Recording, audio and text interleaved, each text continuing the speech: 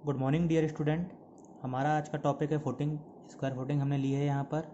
तो क्वेश्चन हमें दिया हुआ a square column 500 mm into 500 carries an axial load of 1500 kN. Design a square footing for the column.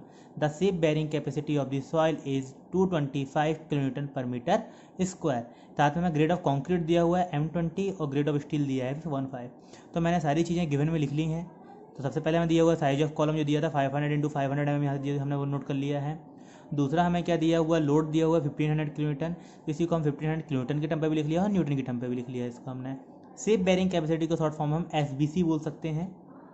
तो ये हमको दिया हुआ 225 किलो न्यूटन पर मीटर स्क्वायर। इसको न्यूटन पर एम स्क्वायर में चेंज करूंगा तो 1000 क्या हो जाएगा, डिवाइड हो जाएगा। साथ में ग्रेड ऑफ कंक्रीट है तो मैंने यहाँ से करेक्टरिस्टिक कंप्रेसिव स्ट्रेंथ लिख ली इसकी 20 न्यूटन पर एम स्क्वायर, और इसका ग्रेड ऑफ स्टील हमें दिया हुआ है 415 न्यूटन पर एम स्क्वायर। इसके बाद में क्या आता है, एरिया ऑफ दी फुटिंग। तो सबसे पहले एरिया ऑफ फुटिंग में हमारा फर्स्ट क्या रहेगा, हमें इसमें लोडिंग निकालना होता है। तो पहले तो हमें लोड दिया हुआ है, कितना दिया हुआ है, 1500 किलो न्यूटन। ये तो क्या है, जो कॉलम पे लोड आ रहा है।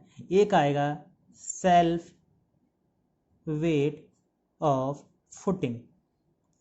सेल्फ वेट ऑफ फुटिंग कितना हो जाएगा, ये होता है 150 किलो न्यूटन। ये कैसे हम निकालते हैं, ये होता है 10% ऑफ लोड ऑन कॉलम। मतलब कॉलम में जितना भी लोड आ रहा है उसका 10% हम अप्रॉक्सीमेटली क्या मान लेते हैं कि वो क्या होगा, वेट ऑफ फुटिंग होगा। इस तरीके से इसको मैं टोटल करता हूँ, टोटल लोड, तो ये कितना हो जाएगा, 1500 और 150 ये हो जाएगा 1650 किलो न्यूटन। 1650 न्यूटन हो जाएगा।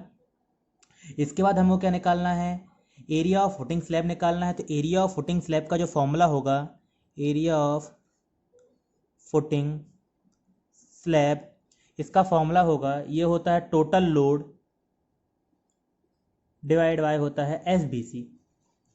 तो टोटल लोड यहाँ पर कितना दिया हुआ है, 1650 किलोन्यूटन दिया हुआ है। इसको न्यूटन में चेंज करूँगा तो 10⁻³ हो जाएगा। SBC हमने न्यूटन पर एम स्क्वायर में भी निकाल ली है। SBC हमें कितना था, 0.225 था। तो इस तरीके से मैं इसको फाइंड आउट करता हूँ। तो जो मुझे इसका एरिया मिलने वाला है, ये एरिया निकल कर आएगा सॉल्व करने पर 7333.34 mm स्क्वायर। तो ये क्या निकल कर आया है, एरिया मिला है यहाँ से मुझे ये। तो एरिया है। अब ये कैसा है फुटिंग हमारा, फुटिंग का साइज कैसा लिया है हमने, स्क्वायर लिया है। स्क्वायर मतलब इसकी एक साइड क्या हो जाएगी, ये वाली साइड होगी, दूसरी ये होगी साइड। तो एरिया इसका क्या होता है, एरिया क्या होता है, कभी भी स्क्वायर का साइड स्क्वायर होता है। इसी को हम बोल सकते हैं 733.34। या मुझे इसकी एक साइड फाइंड आउट करनी है, तो ये क्या हो जाएगी, √733.34। इसको मैं सॉल्व करता हूँ तो यहाँ से मुझे साइज मिलती है, इसकी एक साइड मिल जाएगी जो वो हो जाएगी 2708 mm की। या इसी को हम बोल सकते हैं, एक को हम बोल देते हैं, एक साइड हो गई इसकी लेंथ और दूसरी साइड क्या हो गई, विड्थ। यहाँ पर L = क्या है, विड्थ है, क्योंकि यहाँ पर क्या दिया हुआ है, वो फुटिंग कैसा है, स्क्वायर है। तो यहाँ से मैं बोल देता हूँ जो साइड है वो L या जो भी आपको लेना है, 2708 आ रहा है। 2708 को 2708 एक थोड़ा इसको हमें राउंड फिगर में करते तो कितना हो जाएगा ये, कितना कर देते हैं इसको, 2750 mm। ये हम क्या बोल सकते हैं, 2.75 मीटर। ठीक है। तो यहाँ से हम इसको प्रोवाइड कर देते हैं, इसको मैं प्रोवाइड कर देता हूँ, provide 2.75 metre into 2.75 metre size of footing slab. ये यहाँ से हमने इसको प्रोवाइड कर लिया। इसके बाद हम क्या निकाल लेते हैं, नेक्स्ट हम निकालते हैं net upward pressure. Net upward pressure क्या होता है, जैसे ये फुटिंग है, ये फुटिंग है, मैं इसका ये सेक्शन बना रहा हूँ, तो इसके नीचे जो यहाँ से प्रेशर लगता है, ये प्रेशर हमारा क्या होता है, नेट अपवर्ड प्रेशर कहलाता है। तो इसको निकालने का तरीका क्या होता है, तो ये तरीका होता है यहाँ पर total load on column, total load on column divide by होता है एरिया ऑफ फुटिंग। क्या होता है, एरिया ऑफ फुटिंग। जो भी हम यहाँ पर प्रोवाइड कर रहे हैं वो वाला रखना है आपको। तो नेट अपवर्ड प्रेशर को क्या Q3 नोट किया जाता है, टोटल लोड ऑन कॉलम कितना दिया हुआ है 1500, और इसको अगर मैं किलोमीटर में रखा हूँ, किलोमीटर में रखा तो इसको मीटर में रख देता हूँ, तो ये साइज कितना हो जाएगा 2.75 इंटू 2.75। इस तरीके से इसको मैं सॉल्व करूँगा तो ये मुझे मिल जाएगा 0.198347 न्यूटन पर mm स्क्वायर। आप चाहें तो इसको 10⁻³ के फॉर्म में भी लिख सकते हैं। तो यहाँ से हमको क्या मिल गया, इसका Q मिल चुका है, जो कि क्या है, नेट अपवर्ड प्रेशर। जो Q मिला है कितना है 0.198 न्यूटन पर mm स्क्वायर। ये हमने इसको यहाँ पर नोट कर लिया। नेक्स्ट स्टेप हमारा आ जाएगा स्टेप नंबर 3 आ जाएगा। स्टेप नंबर 3 में हमको क्या फाइंड आउट करना है, स्टेप नंबर 3 में हमको फाइंड आउट करना है डेप्थ ऑफ फुटिंग।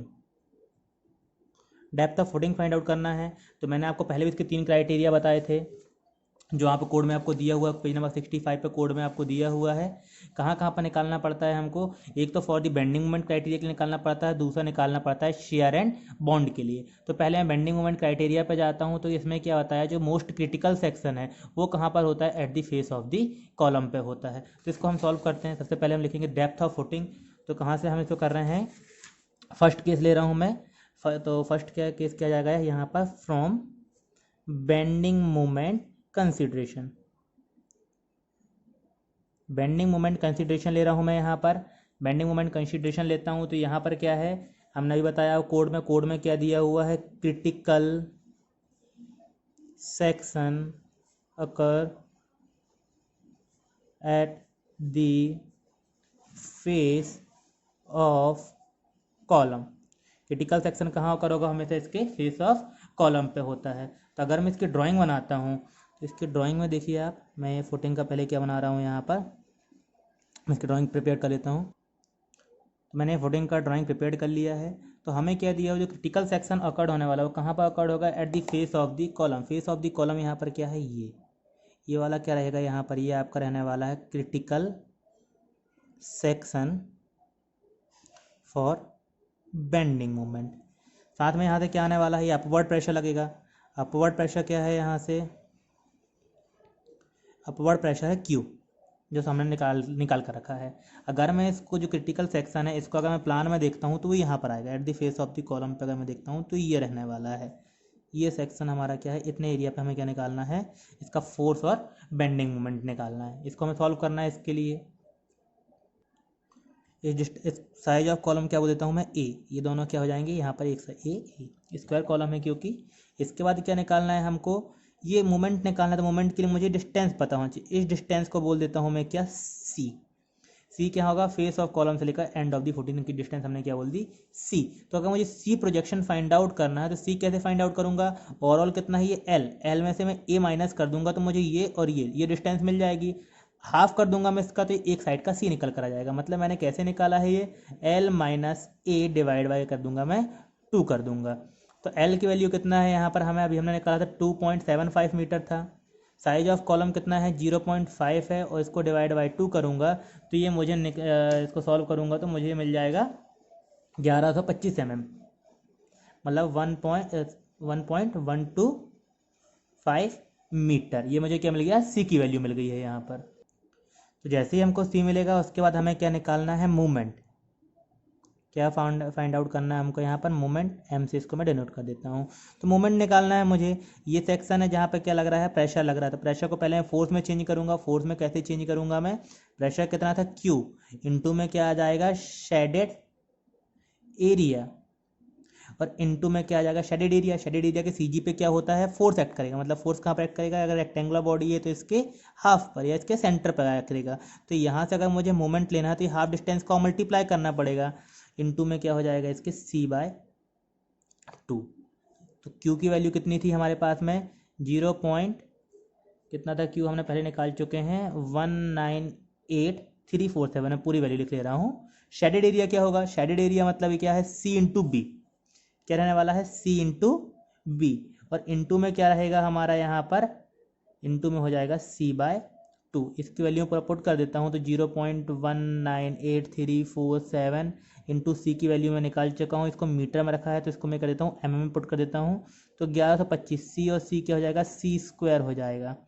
और बी की वैल्यू कितनी है 2750, है ना। बी सी और एल और बी दोनों बराबर थे, और डिवाइड में कितना हो जाएगा 2 हो जाएगा। तो इसको मैं सॉल्व करूँगा तो ये वैल्यू मुझे मिलेगी, ये पूरा सॉल्व करने पे मुझे मिलेगा 345.170 इंटू 10⁶ न्यूटन mm। मोमेंट है तो यूनिट क्या हो जाएगी न्यूटन mm, या इसी को मैं बोल सकता हूँ कि मोमेंट कितना हो जाएगा 345.17 किलो न्यूटन मीटर। तो ये क्या मिला मुझे, मोमेंट मिला है। हमेशा हम मोमेंट से जो भी डिज़ाइन करते हैं मोमेंट के लिए नहीं होता, वो किसके लिए होता है, फैक्टर्ड मोमेंट के लिए होता है। किसके लिए, फैक्टर्ड मोमेंट। तो फैक्टर्ड मोमेंट मतलब क्या होता है, एम यू। तो ये कैसे फाइंड आउट करते हैं, 1.5 टाइम ऑफ दी एम।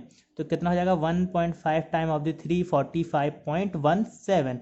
इसको मैं सॉल्व करता हूँ तो ये वैल्यू मुझे मिल जाएगी 517.76 किलो न्यूटन मीटर। तो यहाँ से मुझे क्या मिल गया है, फैक्टर्ड मोमेंट। एलएसएम मेथड आपको याद होगी स्लैब वाली, तो उसके लिए हमें क्या निकालना है, जैसे डेप्थ निकालना होता है डी रिक्वायर्ड, तो डी रिक्वायर्ड के लिए फॉर्मूला क्या बताया था मैंने, √/mu/RU इंटू बी। तो एम यू की वैल्यू करता है, एम यू कितना है 517.76, इसको न्यूटन में रखने के लिए 10⁻⁶ मैंने 6 कर दिया। आर यू की वैल्यू ग्रेड 415 के लिए कितनी होती है 2.76, और बी की वैल्यू कितनी होगी, लेंथ और विड्थ दोनों यहाँ बराबर है, लेंथ कितना है यहाँ पर 2750। इस तरीके से इसको अगर हम सॉल्व करेंगे, इसको ब्रैकेट में कर दीजिए कैल्सियम सॉल्व करने के लिए इस तरीके से, तो ये वैल्यू आपको निकल कर जो डी रिक्वायर्ड निकल कर आएगा ये होगा 261.18 mm। इसी को मैं बोल सकता हूँ 270 mm। तो यहाँ से रिक्वायर्ड डेप्थ जो है यहाँ पर इफेक्टिव डेप्थ 270 mm रिक्वायर्ड है। तो एक्चुअल में क्या है यहाँ पर हमारा जो फुटिंग होता है, ये आपको एक्सपीरियंस से नंबर क्वेश्चन आप सॉल्व करेंगे तो आपको समझ में आएगा कि जो डेप्थ जो फेल होता है, ये कॉलम जो है, ये फुटिंग जो है फेल होती है, ये बेंडिंग मोमेंट के कारण मैक्सिमम किसके कारण फेल होती है, वन वे शेयर के कारण होती है। तो वो वाला क्राइटेरिया हम पहले लेके चलते हैं, जितना यहाँ पर मोमेंट के लिए डी रिक्वायर्ड होता है उससे 2 से 3 टाइम ज़्यादा किसके लिए होता है, शेयर के लिए रिक्वायर्ड होता है। तो जितना यहाँ पर ये डी आ रहा है इसको क्या करना है, आपको 2 से 3 गुना के बीच में बढ़ा देना है। अब 2 से ट्राई कर लेता हूँ मैं, पहले क्या, जैसे 270 mm है तो मैं इसको अप्रॉक्सीमेटली इंक्रीज कर देता हूँ, इंक्रीज 2 टाइम्स। इंक्रीज 2 टाइम आपको ये याद रखना है, यहाँ पर ये नोट में कर लीजिए, आपको जितना भी मूवमेंट के कारण डेप्थ आ रहा है उसको कितना करना है, आपको 2 टाइम इंक्रीज करना है। ये 270 आया तो कितना हो जाएगा 540, तो मैंने कितना कर दिया यहाँ से, डी रिक्वायर्ड हो गया 550 mm। हमने कर दिया इसको डी रिक्वायर्ड को बढ़ा के 550 कर दिया, किस लिए किया हमने, for one way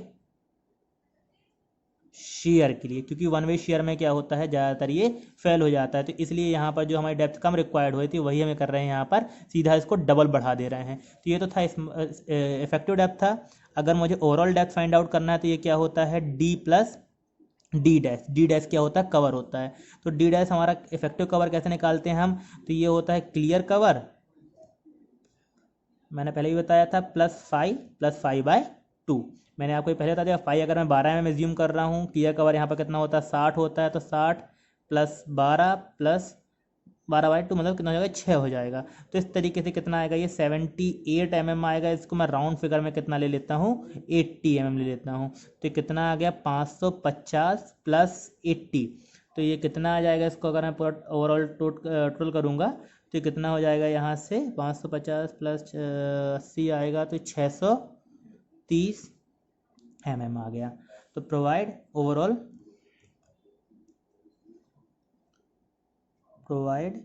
630 mm overall depth of footing. इसके बाद हमें क्या निकालना है, इसी का हम इस मोमेंट के थ्रू क्या निकाल लेंगे, एरिया ऑफ स्टील निकाल लेंगे। तो हमें क्या निकालना है, एरिया ऑफ स्टील, मतलब किसका, AST का फॉर्मूला। तो क्या होता है फॉर्मूला, जो पहले भी हमने पढ़ा है, 0.5 FCK B into D upon में क्या होता है FY 1 - √1 - 4.6 time of the MU divide by FCK BD square. Page number 96 पे जो फॉर्मूला एरिया ऑफ स्टील के लिए दिया है उसको मॉडिफाई करके हमने इस तरीके से चेंज कर लिया है। मैं सारी वैल्यू उठा के यहाँ पुट करता हूँ तो 0.5 FC के जो ग्रेड ऑफ कॉन्क्रीट है 20 है, बी की वैल्यू कितना था हमारा यहाँ पर 2.75 मीटर था, डी हमारा निकल कर आया है 550 mm, एफ वाई की वैल्यू में पुट करता हूँ तो ये कितना है 415 है। इसका दिन ब्रैकेट 1 माइनस रूट ओवर, हम कैलसी में सॉल्व करने वाले हैं तो मैं ब्रैकेट बता दे रहा हूँ कहाँ कहाँ लगाना है। एक तो ब्रैकेट यहाँ पर आएगा 1 माइनस 4.6 एम यू की बात करता हूँ तो एम यू हमारा कितना निकल कर आया था 517.76 इंटू 10⁻6। इसको मैंने किस में कर दिया, न्यूटन एम में कर दिया है। एफ सी की वैल्यू अगेन करता हूँ तो 20 डिवीजन में तो ब्रैकेट ले लेना, इंटू बी की वैल्यू तो अगेन कितनी है 2750 है, डी की वैल्यू की बात करता हूँ तो अगेन कितना है ये 550 स्क्वायर। एक ब्रैकेट ये, दूसरा ब्रैकेट ये वाला, तो तीसरा ये। इसको आप टोटल सॉल्व करेंगे तो आपको यहाँ पर एरिया ऑफ स्टील मिल जाएगा जो कि कितना होगा आपका 2709.35 mm स्क्वायर। तो क्या आ गया, रिक्वायर्ड एरिया ऑफ स्टील आ गया। हमें क्या करना है, नंबर्स ऑफ बार या स्पेसिंग फाइंड आउट करना है तो यूजिंग, हम यहाँ पर एज्यूम कर लेते हैं कितना हम बार यूज़ करने वाले हैं 12 mm 5 बार। देन हमें क्या फाइंड आउट करना है, इनकी स्पेसिंग। स्पेसिंग में फाइंड आउट करना चाहता हूँ तो स्पेसिंग के लिए फॉर्मूला क्या होता है, ये होता है A5 into B upon AST, ये फॉर्मूला चलता है। तो A5 कितना हो जाएगा, हमने 12 mm का बार यूज़ करें तो π/4 इंटू 12 स्क्वायर है ना, और इंटू में बी कितना है इसका 2750 है, 2750 मैंने प्रोवाइड कर दिया। एरिया ऑफ स्टील कितना है 2709.35 आ गया। तो इसको मैं यहाँ से ट्राई करता हूँ तो ये आ जाएगा 114.35 mm स्पेसिंग निकल कर आ जाएगी। तो 114 तो हम प्रोवाइड नहीं कर सकते, इसको हम कम कर देते हैं। कितना है, स्पेसिंग हमेशा कम ही किया जा सकता है तो हमने क्या किया, इसको 110 mm कर दिया। देन प्रोवाइड 12 mm 5 बार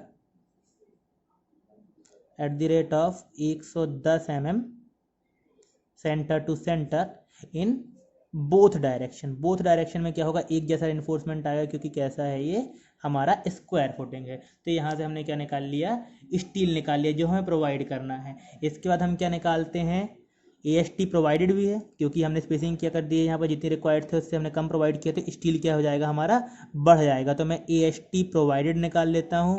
AST प्रोवाइडेड हम क्या है, इसी फॉर्मूले का यूज़ करते हैं। AST को यहाँ ले जाएंगे और स्पेसिंग को यहाँ ले आएंगे तो क्या हो जाएगा A5 इंटू बी अपॉन क्या हो जाता है, यहाँ फॉर्मूला स्पेसिंग हो जाता है। इस तरीके से मैं यहाँ वैल्यू पुट करूँगा तो A5 की value again π/4 into 12 square, space B की वैल्यू है 2750 और स्पेसिंग कितना हो गया है यहाँ पर हमारा 110 mm आ गया। तो AST प्रोवाइडेड जो आएगा हमारा ये हो जाएगा 2827.43 mm स्क्वायर। ये वैल्यू हमेशा ज़्यादा होना चाहिए किससे, AST रिक्वायर्ड से। तो यहाँ पर हम ओके हैं, सेफ हैं। इसका जितना हमने परसेंट ऑफ स्टील यहाँ प्रोवाइड किया है वो भी हम निकाल लेते हैं। तो परसेंट ऑफ AST प्रोवाइडेड, ये हमको आगे चल के नीड पड़ने वाली है 1 वे शेयर चेक के लिए, इसलिए हम परसेंट ऑफ AST प्रोवाइडेड पहले ही निकाल ले रहे हैं। तो परसेंट ऑफ AST प्रोवाइडेड हम कैसे निकालेंगे, तो परसेंट ऑफ AST प्रोवाइड कैसे निकालेंगे, हमारा टोटल स्टील हमने कितना प्रोवाइड किया है 2827.43 डिवाइडेड टोटल ग्रॉस एरिया कितना है, तो 2750 इंटू 2750, ये हमारा टोटल नहीं, नो नो ऐसे इस तरीके से नहीं आएगा। यहाँ पर क्या आएगा 2750 बी इंटू डी होता है, तो डी यहाँ पर कितना है 630 mm है और इंटू में क्या हो जाएगा 100। तो यहाँ से हम इसको निकालेंगे तो कितना आ जाएगा 0.187%। हमने यहाँ पर इतना इन्फोर्समेंट इसमें प्रोवाइड किया है तो परसेंट ऑफ AST निकल गया। यहाँ पर हमने क्या रखा बी और ये किसकी वैल्यू है डी की, डी ओवरऑल डेप्थ रहेगी यहाँ पर। इसके बाद हमारा नेक्स्ट स्टेप होगा check for depth of footing on the basis of one way shear। ये है हमारा नेक्स्ट स्टेप रहेगा। ये हम पेज नंबर सेम पेज में जाएंगे, पेज नंबर 65 पर। तो वन वे शेयर के लिए दिया हुआ है 34.2.4.1 आर्टिकल में कि ये दिया हुआ है जो हमें क्रिटिकल सेक्शन मिलता है वो कहाँ पर मिलता है, इफेक्टिव डेप्थ डी डिस्टेंस से मिलता है from the face of the column से। मतलब इसका मैं डायग्राम बनाता हूँ, अगर मैं डायग्राम बना लेता हूँ पहले इसका। तो मैंने इसका डायग्राम बना लिया है। इसमें क्या दिया हुआ है, critical section occur at d distance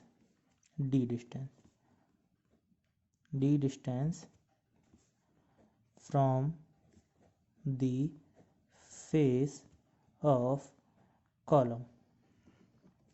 मतलब जो फेस ऑफ कॉलम है यहाँ से कितनी डिस्टेंस हमें क्रिटिकल सेक्शन मिलने वाला है, ये डी डिस्टेंस पे। ये डिस्टेंस कितना रहने वाला है, डी रहने वाला है। अगर क्रिटिकल सेक्शन बनाऊँ तो ये कहाँ पर रहेगा, ये यहाँ पर रहने वाला है।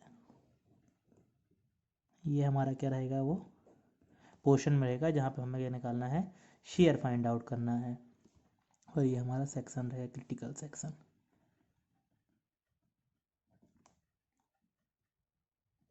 ये हमारा साइड ए रहने वाला है। तो मैंने पहले ही बताया था कि अगर इस डिस्टेंस की बात करता हूँ तो ये डिस्टेंस कितनी रहती है, सी रहती है। तो हमारा ये डिस्टेंस कितना हो जाएगा, ये हो जाएगा ये distance C minus D.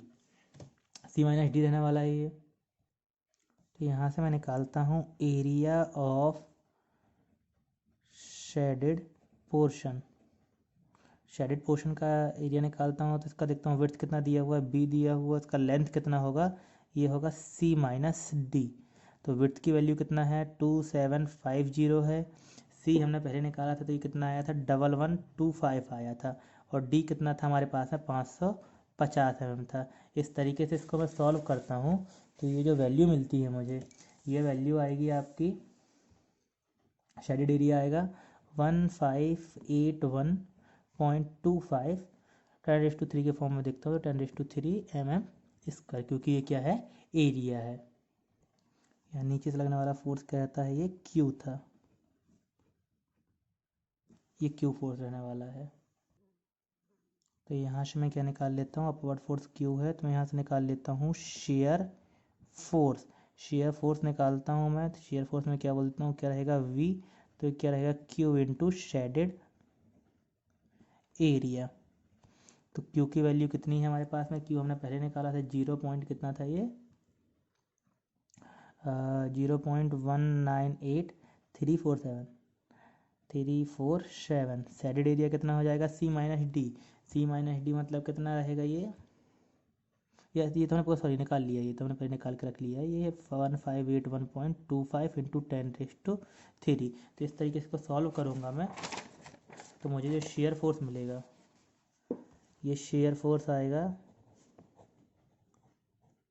Shear force में बोलता हूँ वी। तो वी कैलकुलेट करने पे हमको मिलेगा 313.63 kilo Newton.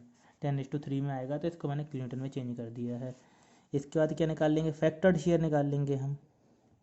Factored shear force निकालूंगा मैं तो इसको क्या बोल देता हूँ वी यू। ये कितना होता है, 1.5 टाइम ऑफ दी वी होता है। तो 313.63 इंटू कितना हो जाएगा 1.5।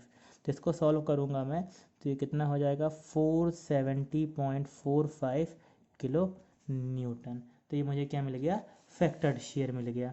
इसके बाद मैं क्या निकालूंगा, शेयर स्ट्रेस अगर मैं निकालता हूँ, शेयर स्ट्रेस तो ये इसका फॉर्मूला क्या होता है, ये होता है V U upon resistive area. क्या होता है यहाँ पर, V U upon resistive area. तो वी यू की वैल्यू तो कितना है 470.45 है इंटू 10⁻³ है। अब बात आती है रेजिस्टिव एरिया। रेजिस्टिव एरिया मतलब जो शेयर फोर्स को रेजिस्ट कर रहा है। तो यहाँ मैं सेक्शन में दिखाता हूँ तो ये सेक्शन जिसकी डेप्थ डी है और ये लेंथ बी है, यही क्या कर यहाँ पर शेयर से मैक्सिमम आने वाला है।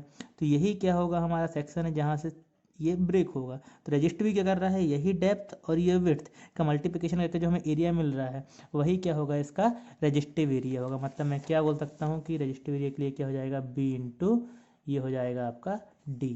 तो हम बोल सकते हैं कितना हो जाएगा 470.45 इंटू 10⁻³ और बी की वैल्यू कितनी है 2750 50 और डी की वैल्यू है यहाँ से हमारे पास में 630 दिया हुआ है। तो इस तरीके से जो शेयर स्ट्रेस निकल कर आएगा टाउ वी, ये निकल कर आ रहा है हमारे पास में 0.271 न्यूटन पर एम स्क्वायर। तो ये जो टाउ वी है ये हमेशा किससे लेस देन होना चाहिए, ये लेस देन होना चाहिए हमेशा टाउ सी से, जो कि हमें कहाँ से मिलेगा, कोड में पेज नंबर 72 टेबल से मिलने वाला है, IS 456 पेज नंबर 72। तो ये आपको टेबल दी हुई है, ये है हमको टाउ सी के लिए टेबल नंबर 19 दी हुई है। इसके लिए हमें ज़रूरत किसकी पड़ती है, परसेंट ऑफ AST की। तो परसेंट ऑफ AST आपको याद होगा हमने स्टार्टिंग में निकलवाया था एरिया ऑफ रिइंफोर्समेंट के साथ में, ये पहले ही कैलकुलेट करा दिया था मैंने। तो आप ये देखेंगे हमने यहाँ percent of AST already calculate कर लिया है, कितना है ये 0.187। तो यहाँ से परसेंट ऑफ AST अगर मैं देखता हूँ तो ये कितना है 0.187 है। हमें ग्रेड ऑफ कंक्रीट कौन सा दिया हुआ है, यहाँ से आपको दिख रहा होगा ग्रेड ऑफ कंक्रीट कौन सा है, M20 है। हमारी वैल्यू कितनी है 0.187 है। तो 0.15 और 0.25 के ये बीच में आती है। तो यहाँ से मैं वैल्यू देखता हूँ 0.15 के लिए कितना है, सीधा सीधा ये वैल्यू 0.28 है, और 0.36 की 0.25 के लिए कितनी 0.36, मतलब वैल्यू क्या हो रही है, इंक्रीज़ हो रही है। तो हम क्या करेंगे, इंटरपोलेशन करके वैल्यू निकाल सकते हैं, लेकिन इसकी नीड यहाँ पर नहीं है, क्योंकि मैं देखता हूँ 0.15 के लिए 0.15 के लिए कितना दिया हुआ है, ये 0.28 दिया हुआ है, जो हमारे क्या है टाउ वी से ज़्यादा है। मतलब हम क्या है सीधा सीधा यहाँ पर सेफ हैं। अगर आपको यहाँ पर नहीं आता तो आप ऐसा क्या कर सकते हैं, इंटरपोलेशन कर सकते हैं। इंटरपोलेशन करने के लिए कुछ नहीं करना है हमको, सीधा सा जो टेबल है वैल्यू दी है वो लिख लीजिएगा आप। यहाँ पर क्या है परसेंट ऑफ AST आप लिख लीजिएगा, यहाँ पर आप लिख लीजिएगा tau C. Percent of AST कितना 0.15 के लिए और 0.25 के लिए, क्योंकि हमारा 0.187 हमें निकाल रहे हैं, 0.187 इन दोनों के बीच की वैल्यू है। इसके लिए टाउ सी में देखता हूँ तो कितना है, इसके लिए है 0.28 और इसके लिए है 0.36। इन दोनों के बीच में इंटरपोलेशन करता हूँ मैं। इंटरपोलेशन कैसे करना है, टाउ सी निकालना है हमको, एक्चुअल टाउ सी। तो सबसे पहले आप देखिए वैल्यू फर्स्ट वाली कितना है 0.28 है। वैल्यू क्या हो रही है, इंक्रीज हो रही है, तो इंक्रीमेंटल साइन लगा दीजिए। इन दोनों के बीच का डिफरेंस फाइंड आउट कर लीजिए। डिवाइड में क्या होगा, इन दोनों के बीच का डिफरेंस 0.25 माइनस 0.15 इंटू में आ जाएगा। हमें किसके लिए निकालना है 0.187 के लिए निकालना है। इसका फर्स्ट वाली वैल्यू से कितना डिफरेंस था 0.15। इस तरीके से आप इंटरपोलेशन करेंगे तो ये टाउ सी आपको मिल जाएगा। इसको आप इंटरपोलेशन करके कैलकुलेट करेंगे तो ये आपका आएगा 0.309 न्यूटन पर MM स्क्वायर। तो यहाँ पर क्या है, हम वन वे शेयर में सेफ आ रहे हैं। अब हम क्या करेंगे, इसके बाद में इसको हम और सॉल्व करेंगे, किसके लिए, check for two way shear, check for two way shear next step हो जाएगी हमारी। तो इसमें क्या है, कोड में आप देखिएगा क्या दिया हुआ है, critical section okay at D/2 distance at all the periphery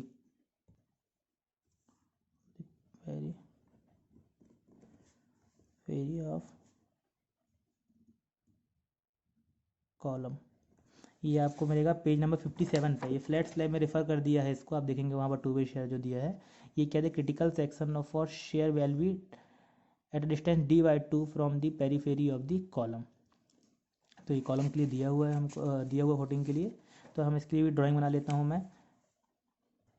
तो मैंने यहाँ डायग्राम बना लिया है। हमें कितना दिया है, फेस ऑफ द कॉलम से D/2 लेना है पूरी पेरीफेरी में। तो ये हमने यहाँ पर इसकी पेरीफेरी में ये ले लिया, जहाँ पे डिस्टेंस कितना है, इस तरफ D/2 है, ये भी क्या है D/2 है, इस तरफ भी D/2 है, और ये भी क्या हो जाएगा D/2 हो जाएगा। अगर मैं देखता हूँ तो यहाँ पर आपको इस साइड मिलने वाला है और ये वाले साइड में भी मिलने वाला है।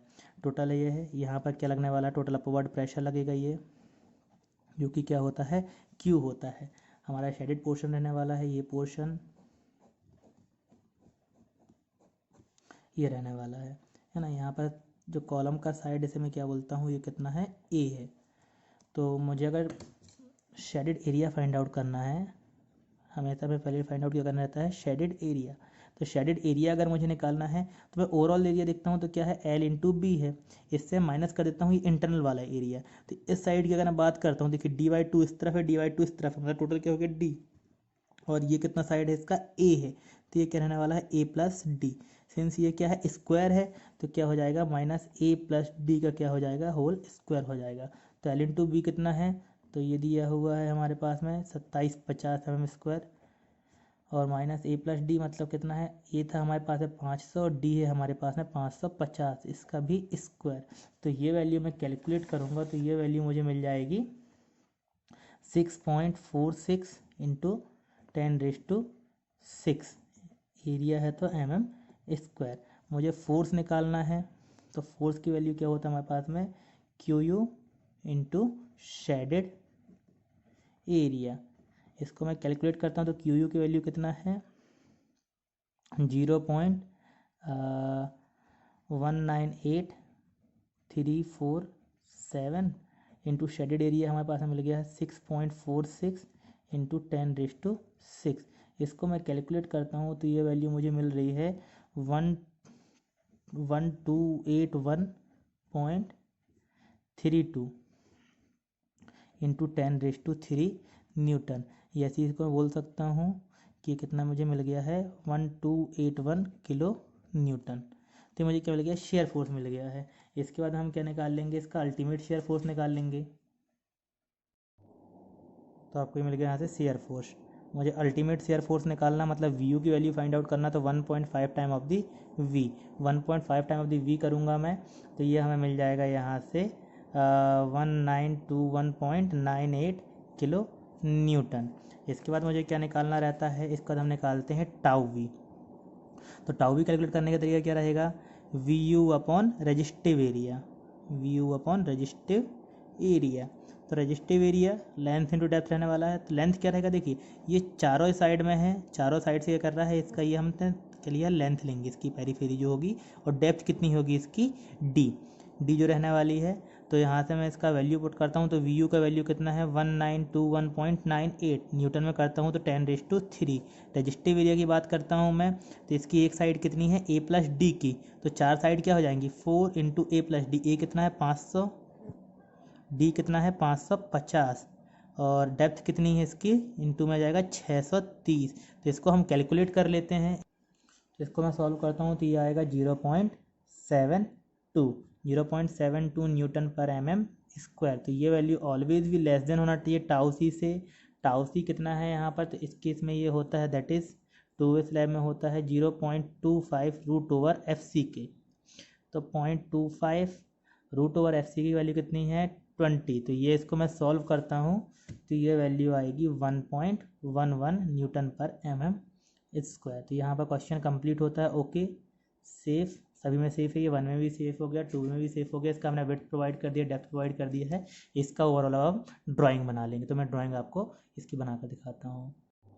तो हमारा ये फुटिंग का सेक्शनल एलिवेशन मैंने पहले बनाया है। इसमें मैंने एक कॉलम का रिइंफोर्समेंट, ये कॉलम का रिइंफोर्समेंट है जो आएगा, ये इसके स्ट्रप्स या टायर रहेंगे, लेटरल टायर जो बने हुए हैं, इनका ड्राइंग हम कॉलम में बनाते हैं। इसके बाद ये नीचे आएगा फुटिंग, आपका ये पूरा फुटिंग रहेगा। फुटिंग का मैंने यहाँ पर सेक्शन बनाया है, तो ये आपका दोनों ही डायरेक्शन में सेम क्रॉस सेक्शन रहेगा।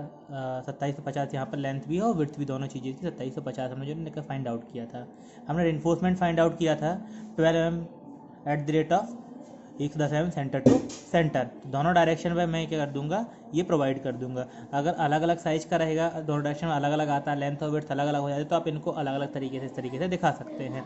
मैंने सिर्फ शॉर्ट स्पान बनाया है, और इसको हम चाहे तो ये फुल में भी पूरा कर सकते हैं, ज़्यादा हौच पौच ना हो, इसलिए मैंने क्या किया है, इसको सिर्फ यहाँ पे 3-3 बार के दिखाया है।